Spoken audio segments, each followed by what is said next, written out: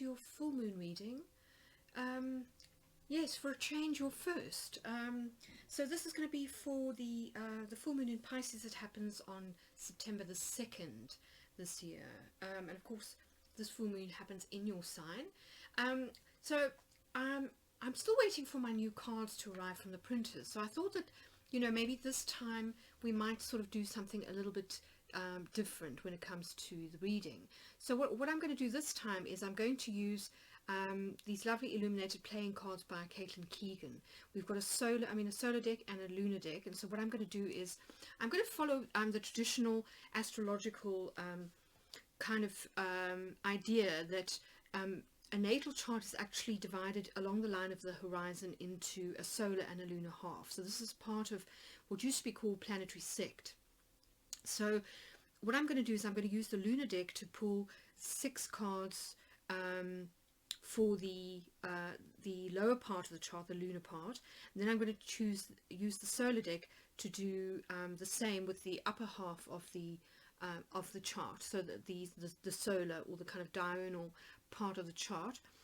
And then we're going to read them in connection, or sort of in conjunction with where the sun and the moon are going to be at this particular full moon, along with key aspects, so houses in which they're going to be planets that affect or that play into this particular full moon. And then I thought after that, as a way to sort of end off the reading, I'm going to pull a card from the Universe Has Your Back deck, which is by Gabby Bernstein. So this has also got a lovely full moon symbol on it, and I'm going to use that to sort of pull some advice, along with a few trinkets which are part of the Magpie Oracle.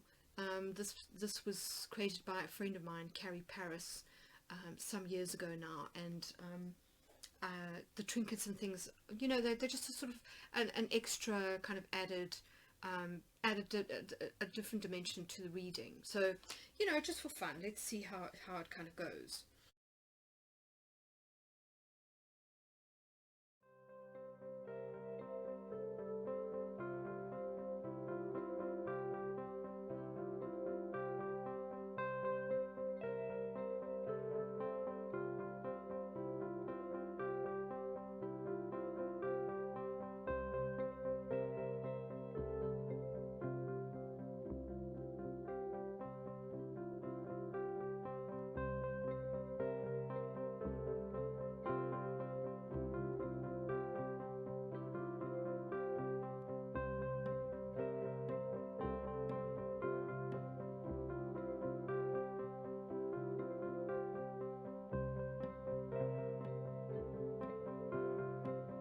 So let's turn your cards over.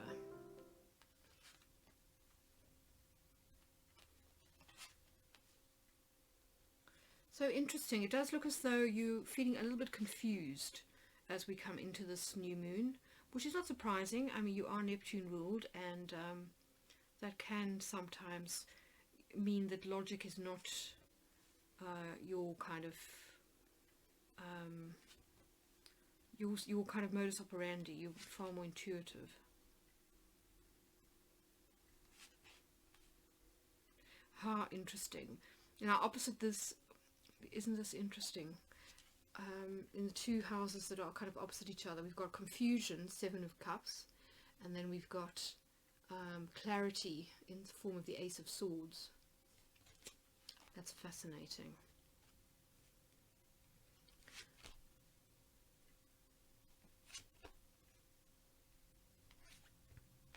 So I think that by the end of this particular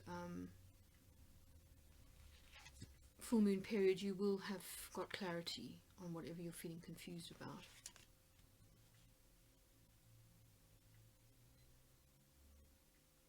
Interesting.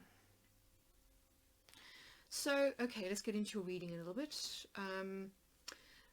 So I think just having a look at your cards generally, it's fair to say that as we go into this particular full moon period, the 2-week waning moon cycle, you're kind of coming out of the back of that that very difficult energy that we saw in your last few readings, where you were feeling a little bit down, possibly a bit confused. You were not feeling terribly confident, and I think we can see that represented here by the Three of Swords in your 12th house. So this is the house of psyche and of the unconscious. And the Three of Swords is really about, you know, separation. It's about heartbreak. It's about mental anguish, essentially. You know, this is swords or air energy, so it's about thoughts, painful thoughts. So it's possible that whatever's happening in your reality is triggering something from your past.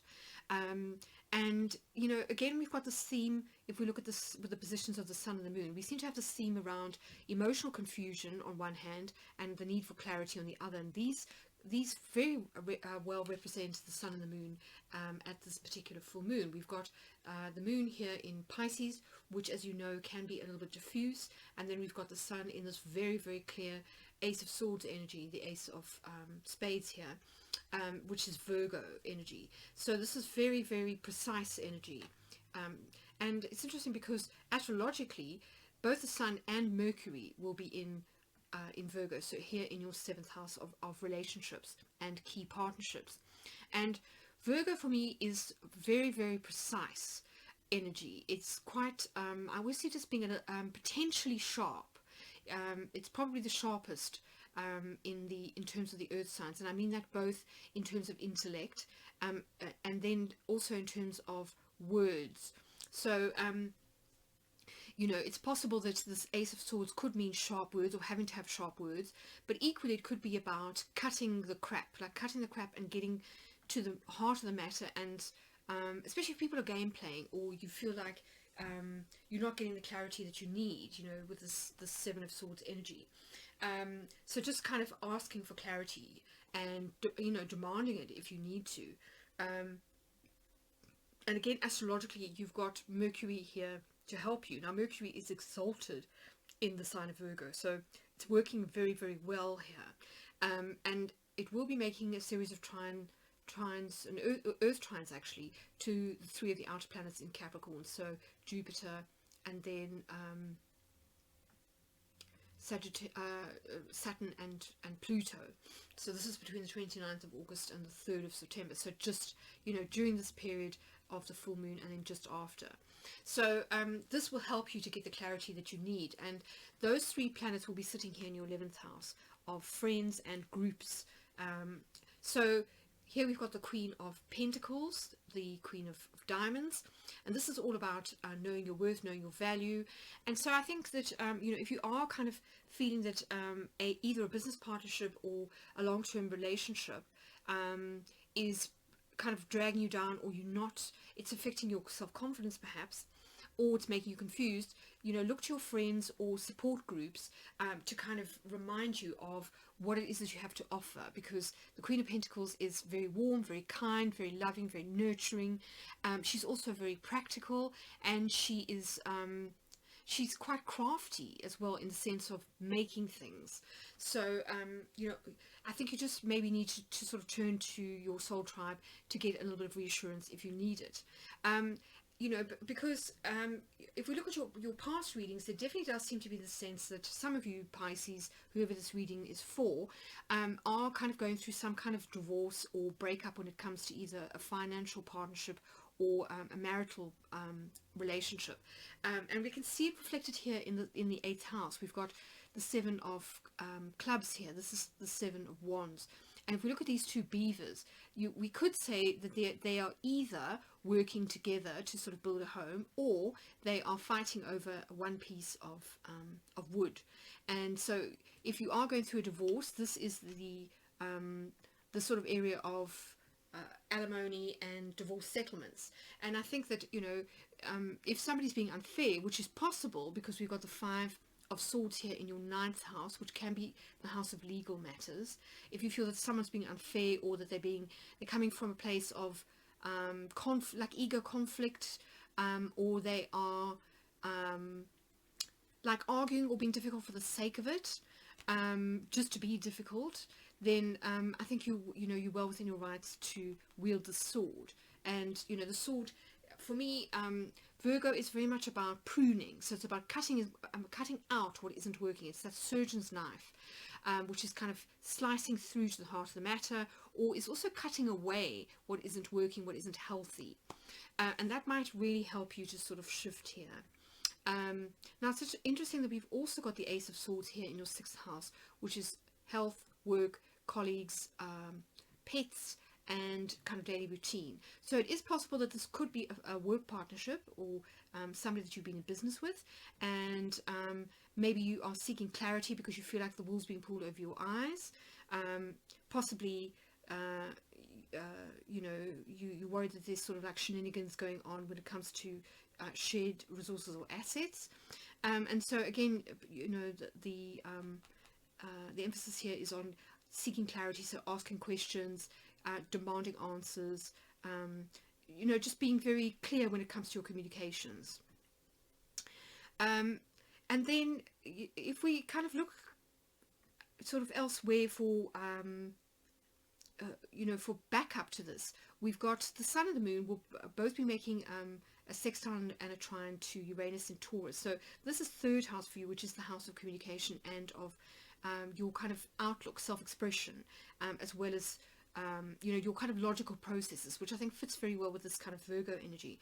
And here we've got the 10 of Pentacles, the 10 of Diamonds, which is a really auspicious card. So this is the card of community, it's the card of abundance, it's the card of feeling secure, it's also the card of stability.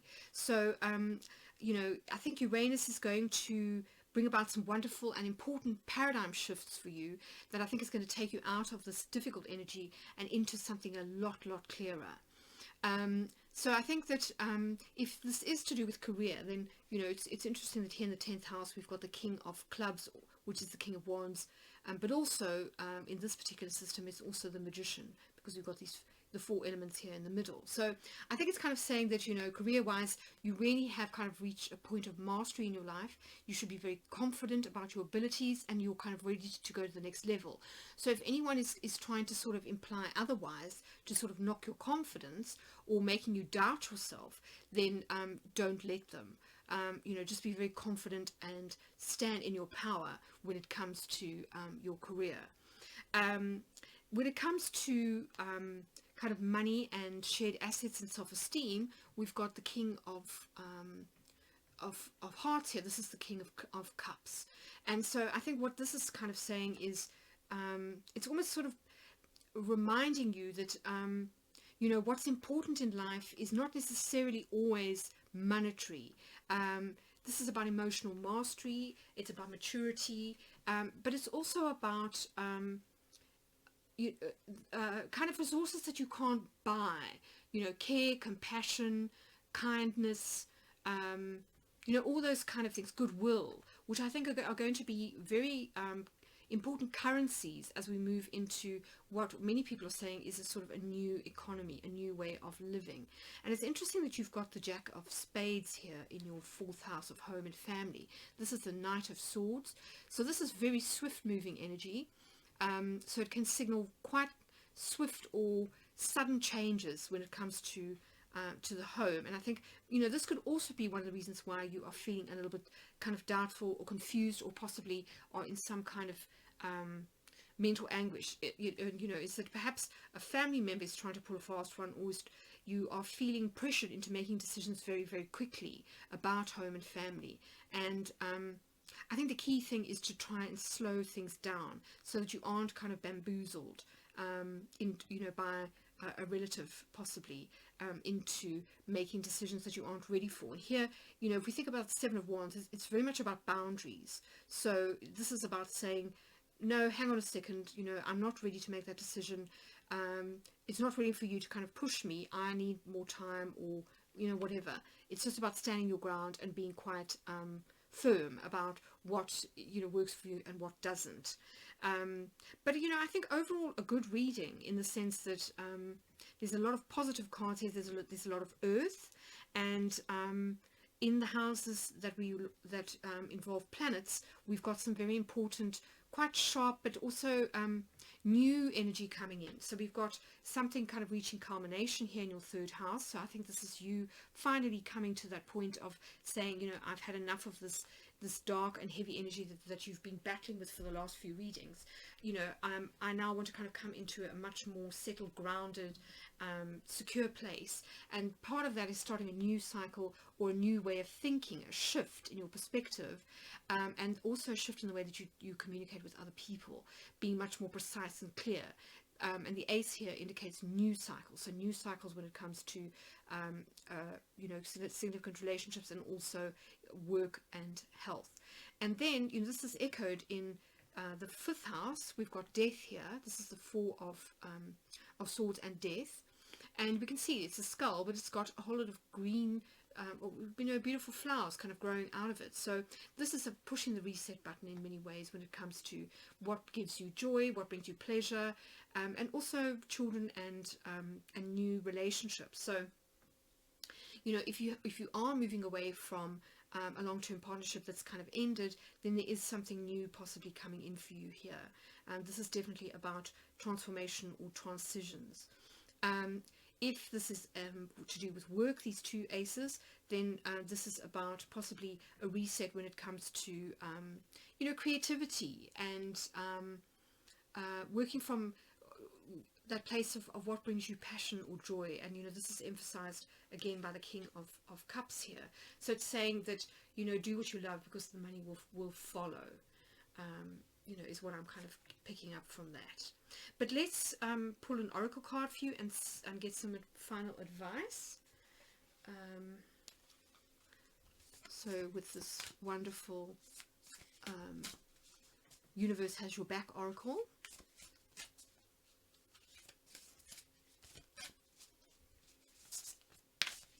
I find it quite difficult to hold. The cards are quite big.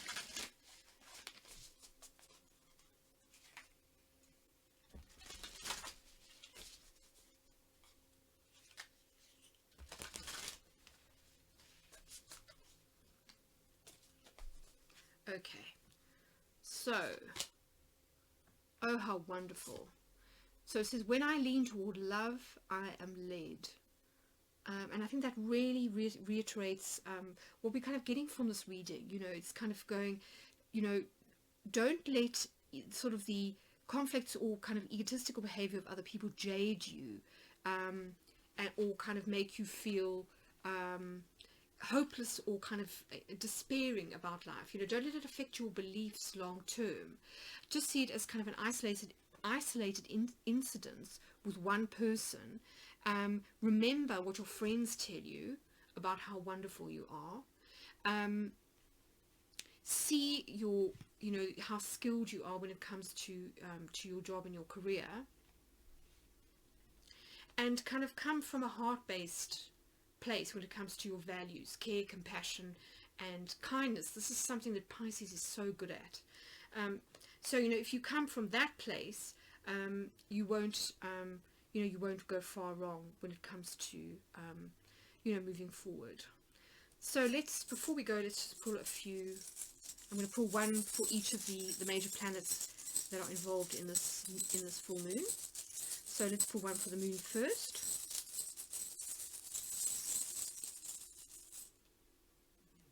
Oh, interesting. So we've got the cyclist, or the rider. So this is really about forward movement. It's very similar actually to the chariot in the tarot. So this is about making the decision to move forward with your life, progress, and change, which I think, you know, will kind of come through with this Ace of Swords energy with the Sun in Virgo.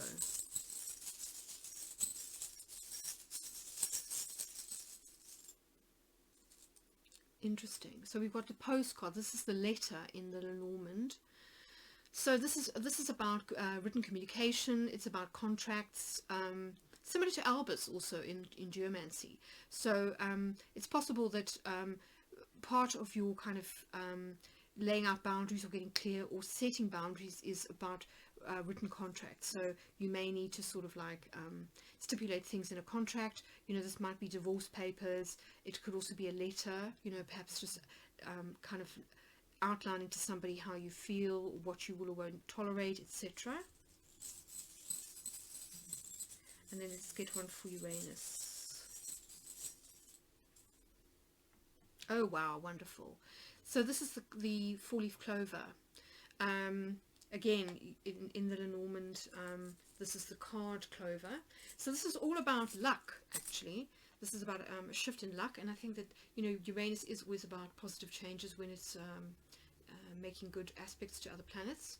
So I think, you know, if we consider this in relation to the Ten of Pentacles, this really is saying that things are about to really shift for you, and they start with your kind of outlook. Or, you know, they start with your emotions, actually. They then filter down, you know, into your kind of your mental outlook, and this then ripples out into your reality and sees a shift in circumstances for you. So that's really lovely, actually. Nice reading, Pisces.